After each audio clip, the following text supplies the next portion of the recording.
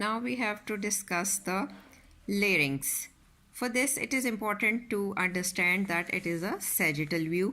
You can see the cut section of your nose, your oral cavity, and you can see on gross inspection, you can see the cartilages over there.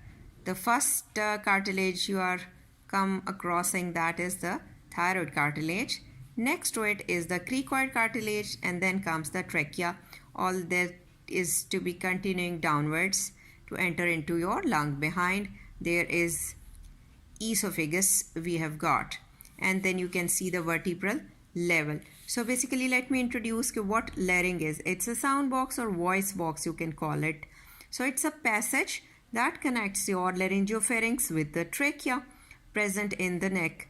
Against the C4 to C6 cervical vertebra, consisting of two folds, the ventricular fold, which we called it as false vocal cords, and then there is a true vocal fold, that below one, known as vocal fold. There is a space in between called as vestibule.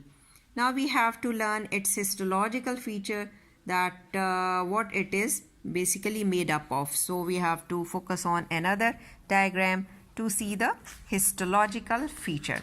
Now in that very diagram, you can see this is the mucosal covering of the larynx from inside. What structure makes the mucosa? First, we will see the epithelium over it. Epithelium here, it is the typical respiratory epithelium, that is pseudostratified columnar ciliated epithelium is lining here, and this is the area which we call it as ventricular fold or false vocal cord. There is a gap or a space in between, that is known as the ventricle. So up till here we can have this respiratory epithelium. Then there is abrupt transition, and the epithelium is supposed to be now stratified squamous non-keratinized on that true vocal cords. Now here we have got an area that is a lamina propria here above and below. This is the region where the vocalis ligament is attached, made up of dense regular connective tissue, and on this upper part you can see below the epithelium the lamina propria. Or lamina propria is what? It is basically the loosely arranged connective tissue. The things you are seeing into it, the lymphoid nodule or lymphatic nodule, are solitary present in it.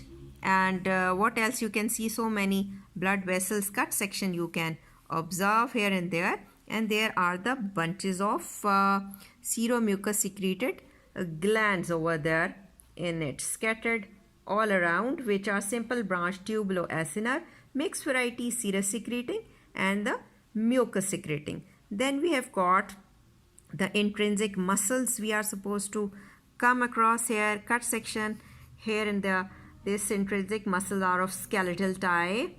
The intrinsic muscles as well as the extrinsic muscle, that we will learn in the head and neck, but here we have to learn the histological feature. So we are definitely looking into the cut section of this skeletal muscle, and just below it or on its back you can see the cartilaginous part. The thyroid cartilage is being cut, carrying the hyaline cartilage in it, and you see the perichondrium covering on it, and you can recall the layers of this perichondrium as well.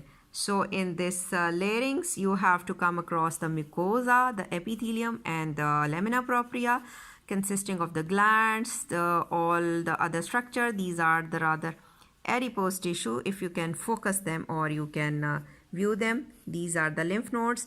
These are the bundle of seromucous glands.